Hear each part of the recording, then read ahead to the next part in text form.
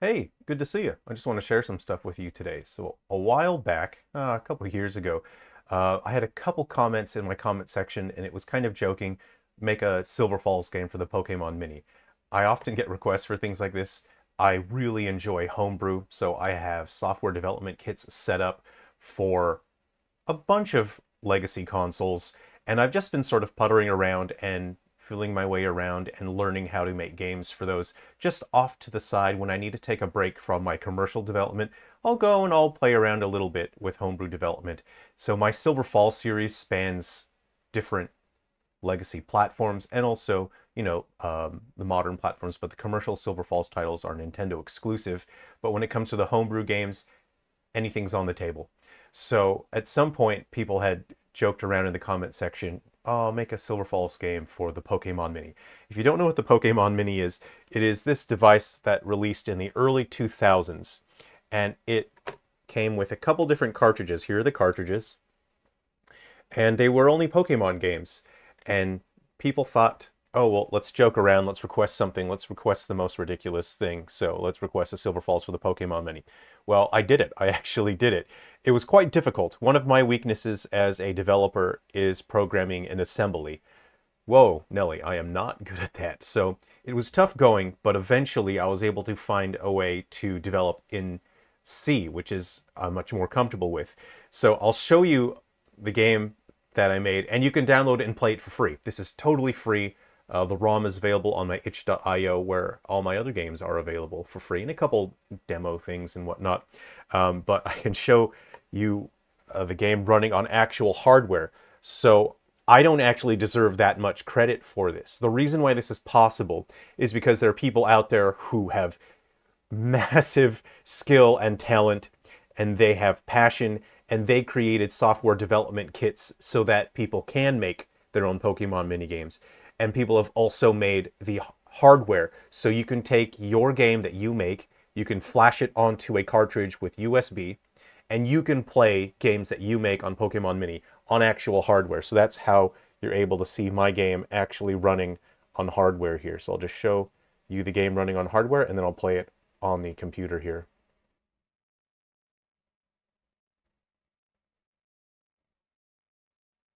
And there we go. So I actually wrote a full soundtrack for this, and I wrote it in 1-bit so it could be played through a buzzer speaker, but at the moment I'm having some difficulty sort of putting music on here with my development approach. So I'm hoping that in the future the homebrew community for Pokemon Mini, they do continue to work on that. So I'll put the links in the description if you want to jump in on that and try it yourself. It's a lot of fun. It's difficult if you don't have development experience before. This isn't the best place to start, but if you have some development experience and you want to try your hand at it, it's really fun. The community is really fantastic, and it is the community that deserves all of the credit here. So all I did was type some code out and make some bitmap graphics. So I didn't do anything special or spectacular. Those people are the really talented ones. So when you download my game, it comes with the soundtrack with MP3 files, so you can listen to the music. So let's go ahead and hop into the game here. So it flickers a little bit on the emulator. Sometimes this camp scene doesn't look right, but you can sort of look around the camp scene. This took up so much memory. I had to keep shaving frames of animation off of this. Sometimes it looks better than the flickering. You can talk to some of your party members, and the whole point is that, there we go, so this is what it's really supposed to look like. And the point of this, again, is to spend time with the Silver Falls characters in the early 2000s. The whole series is about spending time with these characters, learning about them, and exploring the story and the lore of Silver Falls. So this takes place in the early 2000s to match the Pokemon Mini when that was released. So if we hit the A button, what do we get? So we can do some jobs. Okay, I failed. And I got into a battle. So there are random battles here, okay? So I have my character, so you can either do a special, an attack, or the C button is heal. So I think I'll attack. Is that this one? Yeah, I did 6 damage. Okay, so you can see the health. You have 5 party members. You can see their health at the bottom of the screen. I'll go ahead and use my gun. Gun. Okay, that did 2. Took damage, so you can see the numbers. So it has an RPG, a turn-based RPG battle system. What is POW? Oh, POW boosts. I should write a guide for this. I never thought about it before, but that will actually, like, that one actually boosts the attack power of that character. Let's see, I'll boost his attack power. So the C button is that one. Okay.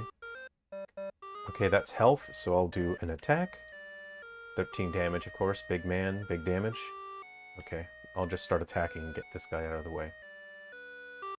I need some health there.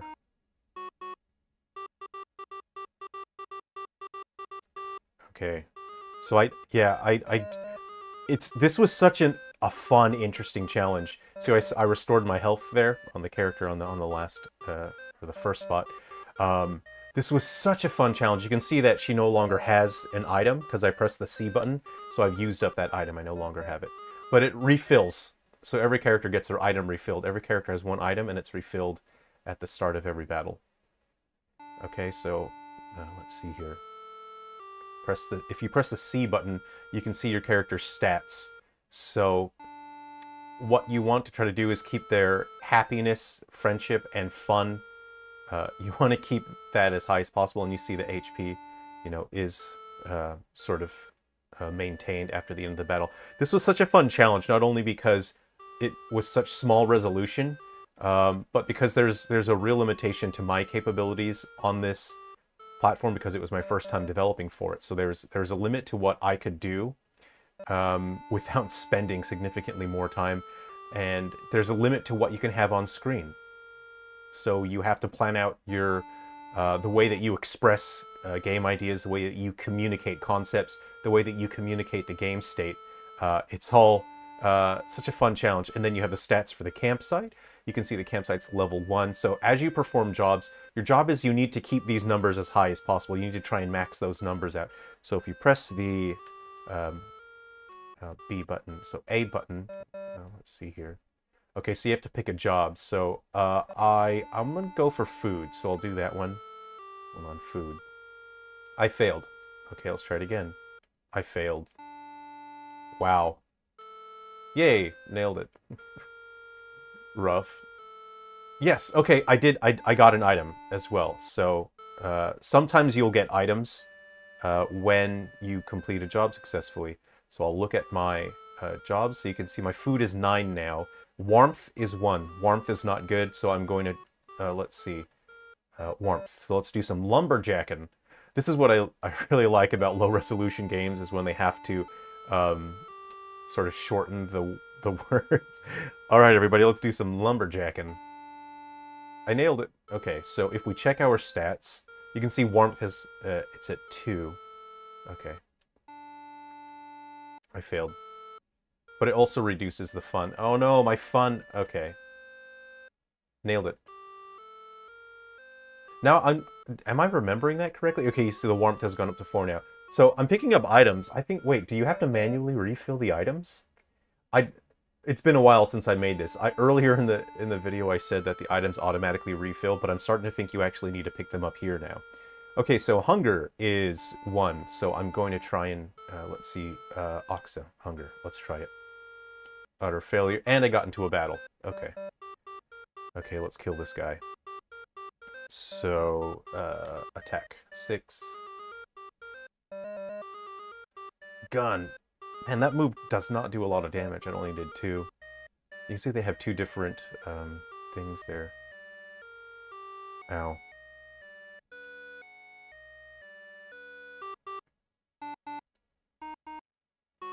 Nine.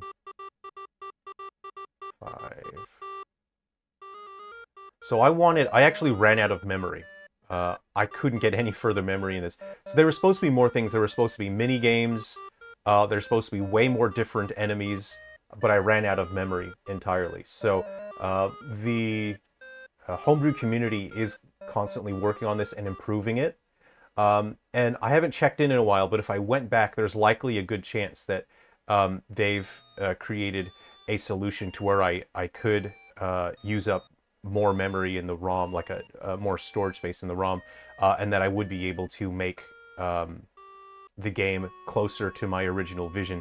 This was a situation of planning out, creating a concept for a game, planning it out, and then understanding as you're creating it, what the technical limitations are, and then paring back your vision so that you are still able to express your intention of the game and providing the core experience of the game while removing the technical requirements that would make the game stuck in development hell.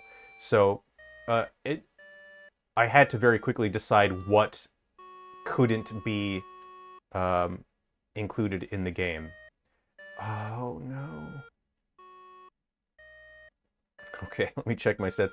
Okay, my friendship is so low. When you fail, your friendship goes down. That's the thing. My fun is at an all-time low. There are strategies to this. So those garbled numbers are because the numbers are going higher. So these are actually like bitmap sprites. There is no text engine in this, so I think I'm asking for something in memory that isn't there because the numbers have gone too high. I think that's what it is. So I'm gonna try and I gotta get some fun. No, I'm failing at fun. Nailed it, but at what cost, right? Ah, there's an enemy. All right. Oh, here's a second kind of enemy now. So yeah, I'll share a couple more parts about this. So both these enemies actually do perform a little bit differently as well. So it's interesting. That's the enemy's just a background. Oh, try that attack. Okay, 9. That did way more. So the enemies are actually just a background, you know. And then that, you know, I try to have the trees, you know, these sort of dots. I think this one only had 3 different shades. There's the people that lead the development community. They found ways to have more shades, but then it also affects the memory usage and all of that. So I'm sticking with just the 3 shades of color here. I think this guy has way more HP as well. Oh. And this is really, it's really really intended to be most interesting and fun for people who haven't been enjoying the Silver Falls series, and they get to see these characters in a different format. We've seen these characters, they star in their own games, and now that they're characters on the Pokémon Mini, it's just a bit of fun, and it's imagining what if Silver Falls was on the Pokémon Mini? What if Silver Falls was on, you know, the TI graphing calculator? So something that I really want to get the point across when it comes to organic storytelling is when you look at the stats, there's one character whose friendship and fun is grayed out, and that is Bull. His is grayed out and it's stuck at 0, so his friendship can never be increased and his fun can never be increased, and that is organic storytelling. It's mechanical storytelling as well. So you see these characters, and as you play the other games and you experience the story of Silver Falls, you see these people interacting with each other. You see what happens in their lives, especially when they have to deal with weird alien UFO stuff. And you see how it changes them as people, and when they grow up, how they're affected by it. And you see this guy never has friendship and he never has fun. So this is actually the main character of... I'll put the link in the description so you can play it for free. Silver Falls Undertakers is inspired by Atari 2600 games, and you can play that for free. I recently made a version that runs in the web browser, so you can play that for free. You can do the whole game, and it doesn't include the bonus modes or the extra game modes that were in the official versions of the games, but you can play the story of Silver Falls Undertakers, and that's the main character, and he's here in the game, and you can see no friendship, no fun. So anyway, I hope you've I hope you've enjoyed having a look at that. And again, you can make your own game on the Pokemon Mini. I will be creating regular videos to help people get started in game development. You don't have to start out learning tons of coding. You don't have to start out being this massive expert. There are options for you to jump straight in and just start making games. So yeah, I hope this was interesting to you. You can download this and play it for free. That's all I wanted to share with you. People have been asking me about my games that they can buy. Here's the thing, I don't really like talking about my commercial work. It's just, you know, the exchange of money is not something I really like, but it's part of my job, and I have to do it in order to keep my studio running, which is why I probably would not be great at the higher sort of executive levels where your focus is just money, because I'm very pro-consumer, uh, and I'm really more a gamer than anything else. So if you want to check out some of my games on Nintendo Switch, um, you can check that out. Silver Falls Episode Prelude is the worst game that I've made. Ghoul Busters is a side-scrolling platformer, which I think tends to be the most fun. People tell me that usually is close to their favorite in terms of my games. And then Guardians and Metal Exterminators has the most depth, but I realize now that I should have included a number of tutorials in the game, because I don't really like any hand-holding, but I think I should have included some instruction. There's a lot of mechanical depth to that. And there's Clasher Ball, and that is an action puzzle game. You can go ahead. I was going to release that on Steam very recently, until the whole, I had to make some videos on my channel, and ended up earning me a number of enemies in the industry. There's people that are very angry at me that want to review bomb my games. And hey, man, that's the price you pay if you want to stand up for what you believe in. So I'm going to hopefully wait until things calm down a little bit, and then I'll bring Clasher Ball to Steam. So anyway, try this. Try it. You can, however you want to play it. Anyway, take care of yourselves, everyone. I'm gonna go hiking now. I'll see you later.